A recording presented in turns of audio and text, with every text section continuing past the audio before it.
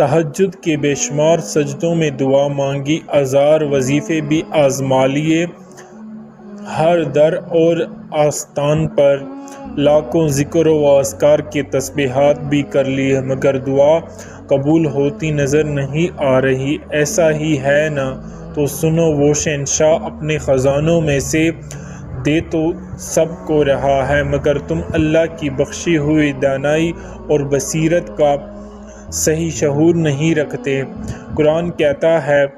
اے انسان، تجھ کو اپنے رب کریم کے بارے میں کس چیز نے دھوکہ دیا؟ وہی تو ہے جس نے تجھے پیدا کیا اور پھر تیری اعضاؤں کو درست کیا اور پھر تیری آمد کو ہم نے متعدل کیا اور جس صورت میں تجھے جوڑ دیا، ایک وہی تو ہے جو تمہارے پروردگار ہے، جو ہر چیز کا پیدا کرنے والا ہے۔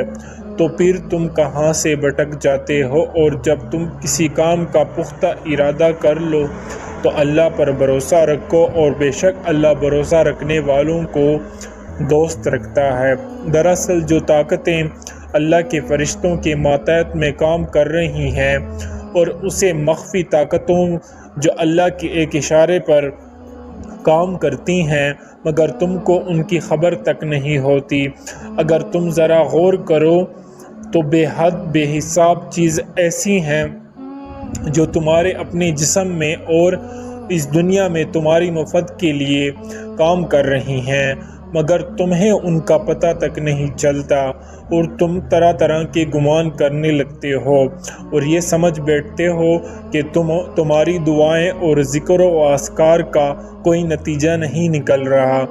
تو جان رکھو کہ اللہ کسی کو زیادہ آسانیاں دیتا ہے اور کسی کو مشکلات دیتا ہے۔ وہ صرف ایک ٹیسٹ لیتا ہے کہ آسانیوں والے نے کیا کیا اور مشکل والوں نے کیا کیا۔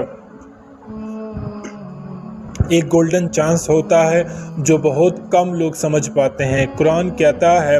اللہ کسی شخص کو اس کے طاقت سے زیادہ ذمہ داری نہیں بناتا۔ اچھا کام کرو گے تو اس سے ان کا فائدہ ملے گا، اور برا کام کرو گے تو اس سے ان کا نقصان پہنچے گا۔ اللہ خود فرماتا ہے، اے نبی، ان سے کہو، ہم تمہیں بتائیں گے اپنے عمل میں سب سے زیادہ ناکام اور نامرد لوگ کون ہیں، کہ دنیا کی زندگی میں جن کے سارے کوششیں جو ہر رائے راست سے بھٹک رہے ہیں اور یہ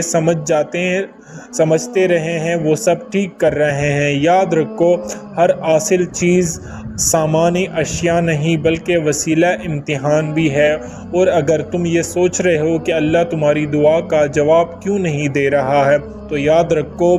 کہ تمہاری دعائیں در اور تمہارے ذکر و اذکار کا سلسلہ چاہے جتنا دراز ہو، تم اگر اپنی رحمت کے امیدوار بنے رہتے ہو،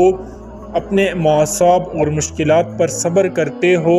اور اس سے مدد مانگتے ہو، نہ کسی کے آگے ہاتھ پھیلاتے ہو اور نہ کسی کے در پہ جھکتے ہو سوائے اپنے رب کے، تو جان رکھو تم بہت جلد ان لطف و عنایت سے سرفراز کیے جاؤ گے جس کی مثال حضرت ایوب علیہ السلام کی زندگی سے ملتی ہے۔ اللہ فرماتا ہے، اور ہمارے بندے ایوب کا ذکر کرو کہ جب اس نے اپنے رب کو پکارا کہ شیطان نے مجھے سخت تکلیفیں اور عذاب میں ڈال دیا، تو ہم نے اسے حکم دیا کہ اپنے پاؤں زمین پر مار، یہ ہے ٹھنڈے پانی، اور ہم نے اس کا حال و حیل واپس لیا۔ تو اگر تم بھی اپنے خزانوں کو تو اس کے عطا اور محبت پر شک کیے بغیر اپنے حصے کا کام جاری رکھو، اور اپنے یقین اور توکل کی ڈور کو تھامے رکھو، کیونکہ ملتا سب کو ہے، کسی کو 4 قدم کے فاصلے پر تو کسی کو ایک لمبی سفر طے کرنا ہوتا ہے۔ اور اگر تم اپنی زندگی میں معاوضوں کی تلاش میں ہو تو یہ 2 باتیں ذہن نشینی کر لو۔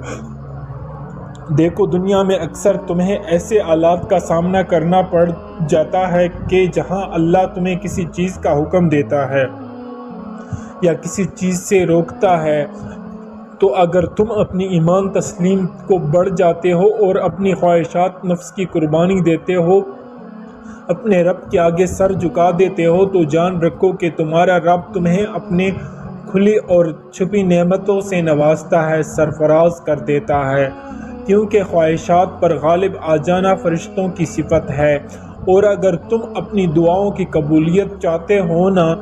تو جو چیز تمہیں حاصل ہے ان میں حکمت تلاش کرو اور لاحاصل چیزوں پر صبر کر کے اپنے مقصد حیات سے جڑے رہو، تو اللہ بہت جلد تمہیں ان منزلوں سے آراستہ کرے گا جو سکون اور راحت سے بھری ہوں گی۔ مطمئن ہو جاؤ، اللہ کی قدرت اور حکمت اور اس کی عطاؤں کی ساری اشیاء تمہاری دعاؤں کے راستوں سے ہی ملیں گے۔ ان قریب وہ تمہیں